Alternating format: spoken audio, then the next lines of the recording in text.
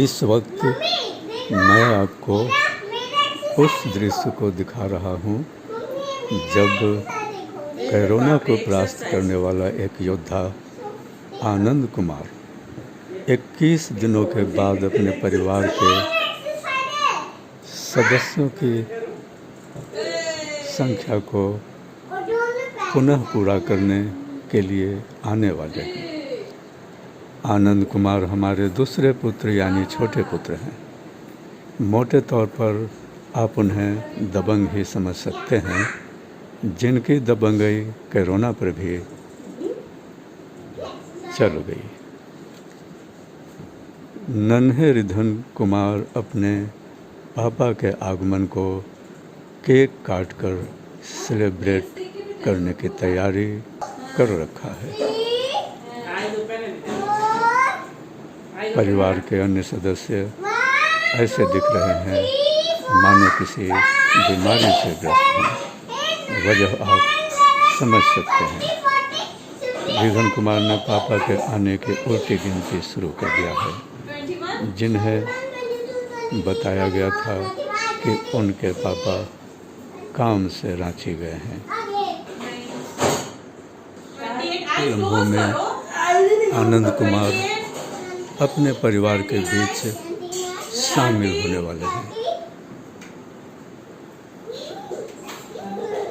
ये देखिए, आनंद कुमार अपने परिवार के बीच अपने घर में 21 दिनों के बाद प्रवेश ले चुके हैं।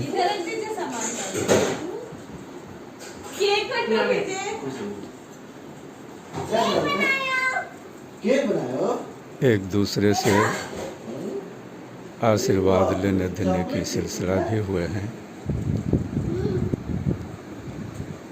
ये नन्हा बालक को ये समझ में नहीं आ रहा है कि अपनी खुशी का इजहार कैसे करें, लेकिन इत्मीनान महसूस कर रहा है, मन में सुकून है।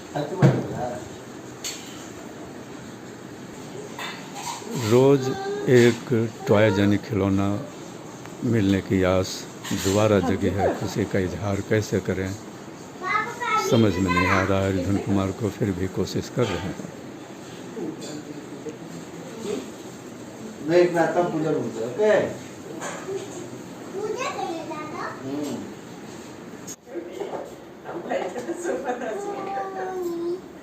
कुछ समय बाद प्रणाम करो बेटा, पापा को प्रणाम कीजिए। आनंद कुमार की कोरोना से जंग की कहानी उनके जुबान से ही सुनेंगे। आनंद कुमार के पत्नी संध्या ने इस अवसर पर जिस तरीके से मास्क क्यों पहनना है? अपनी भूमिका एक परिचारिका के रूप में निभाई है, वो वाकई सराहनीय है। उनकी मनः स्थिति का जायजा, उनकी जवानी हम चाहते थे आपके बीच लाना, लेकिन वीडियो लंबा हो जाएगा। हम इस पर बाद में विचार करेंगे दूसरे एपिसोड में। यही चाहिए था।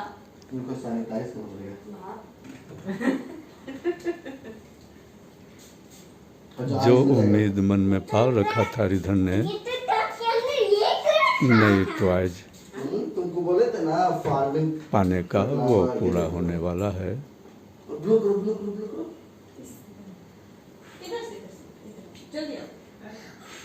पापा के बाहर से आने के बाद इनको तकरीबन रोज़ एक नई टॉयज यानी खिलौना पाने की आस रहती थी।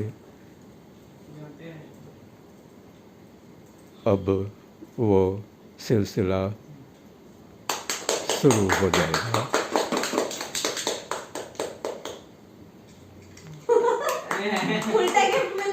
नई टॉयज की शुरुआत हुई है।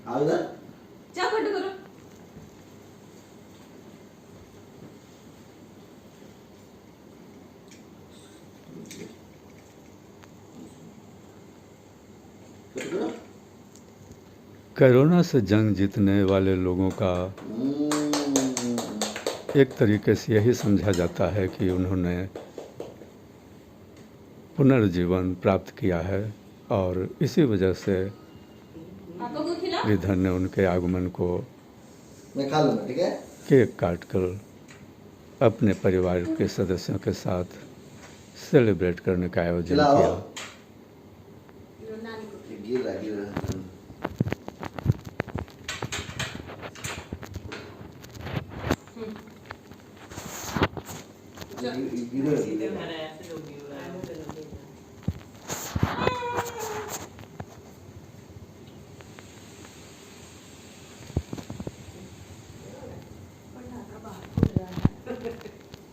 वाकई यह सभी के लिए अत्यंत खुशी के क्षण हैं।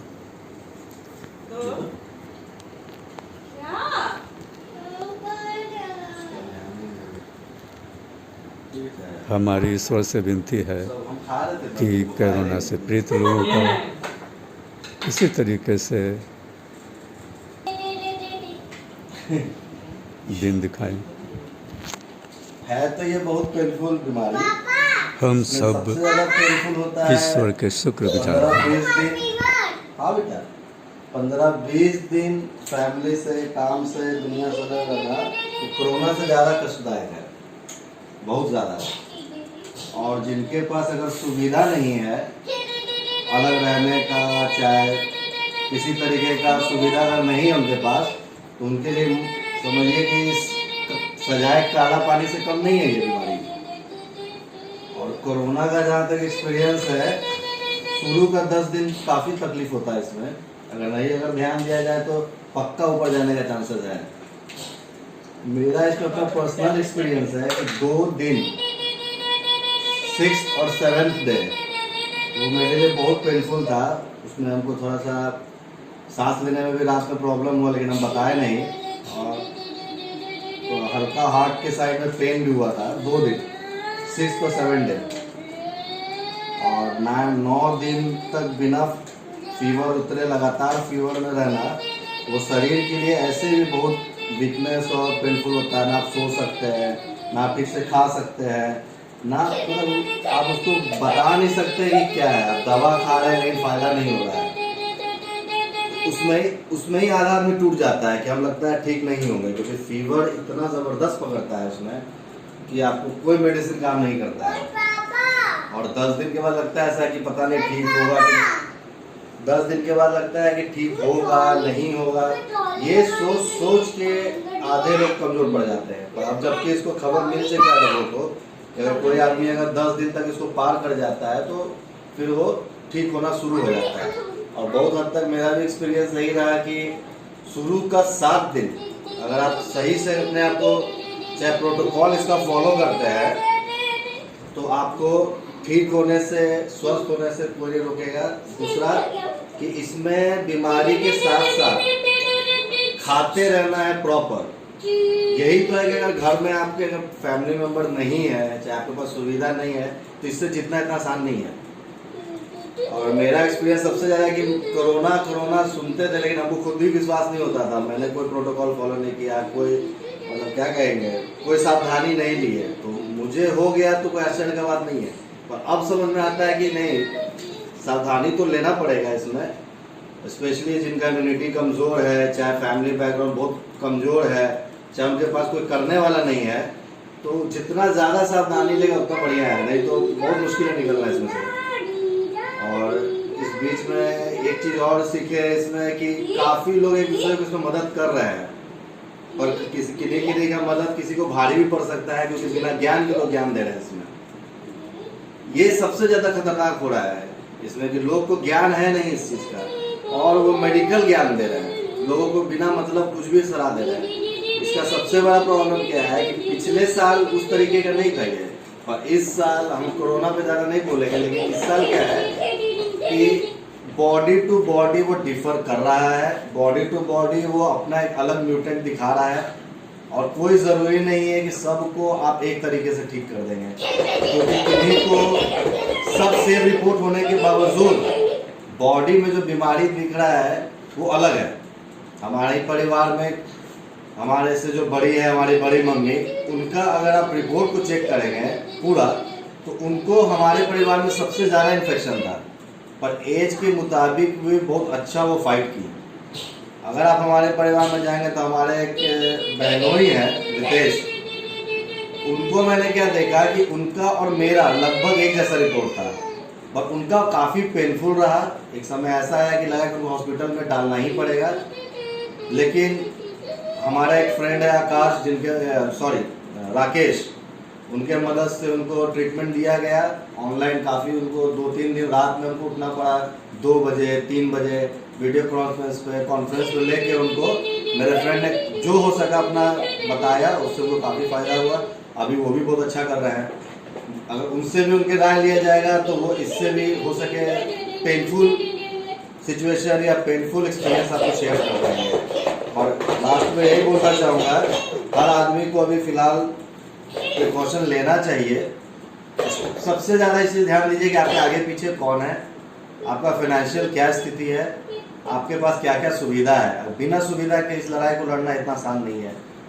अगर आप सोचिएगा अकेले हम सब कर लेंगे, क्योंकि इसमें खाने पीने का बहुत सहयोग होता है, हर घर के हर मेंबर का आपको मोटिवेशन चाहिए, खुद का एक स्ट्रेंथ चाहिए। बिना इसके तो बहुत मुश्किल है। अगर आप थोड़ा सा ज़्यादा हाँ, एक चीज़ और बोलना चाहूँगा, इसमें अगर जिनको फीवर के साथ चल रहा है वो काफ़ी पेनफुल है, बस ये स्वाद चला गया, ये चला गया, वो चला गया। अगर फीवर नहीं है तो आप इसको ईजी ओवरकम कर सकते हैं, लेकिन अगर फीवर के साथ हुआ तो सही में बताना मुश्किल है कि गारंटी है कि नहीं है वो वापस आ पाएगा।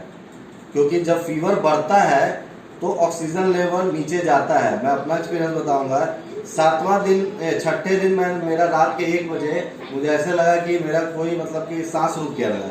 तो अचानक मैं जब झटका में उठा तो मुझे काफ़ी परेशानी हुआ, मुझे लगा कि हॉस्पिटल जाना ही पड़ेगा। तो फिर भी मैंने सोचा कि नहीं कुछ गड़बड़ हो रहा है, तो उठ के मैं थोड़ा सा वॉक किया 5 मिनट 10 मिनट, फिर भी ठीक नहीं लगा।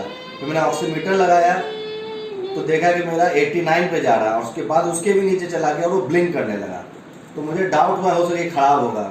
फिर मैं थोड़ा देर के लिए सो गया, लेकिन फिर मुझे पेन हो रहा था, फिर मुझे नींद आ गया, मैं सो गया। लेकिन हाँ, वो जो आप आधे घंटे का जो समय था वो लगा कि अब मेरे लिए भी मुश्किल हो रहा है, निकल पाएंगे नहीं निकल पाएंगे। हॉस्पिटल जाने का एक बहुत बड़ा डर लगा रहता है इसमें। मैं बताता हूँ, कोरोना के साथ जैसे ही लोग ग्रसित होते हैं उनको सबसे पहले हॉस्पिटल नजर आता है। अगर वहाँ गए तो क्या होगा मेरे साथ, और सही पूछिए तो हॉस्पिटल एक बहुत गलत काम कर रहा है।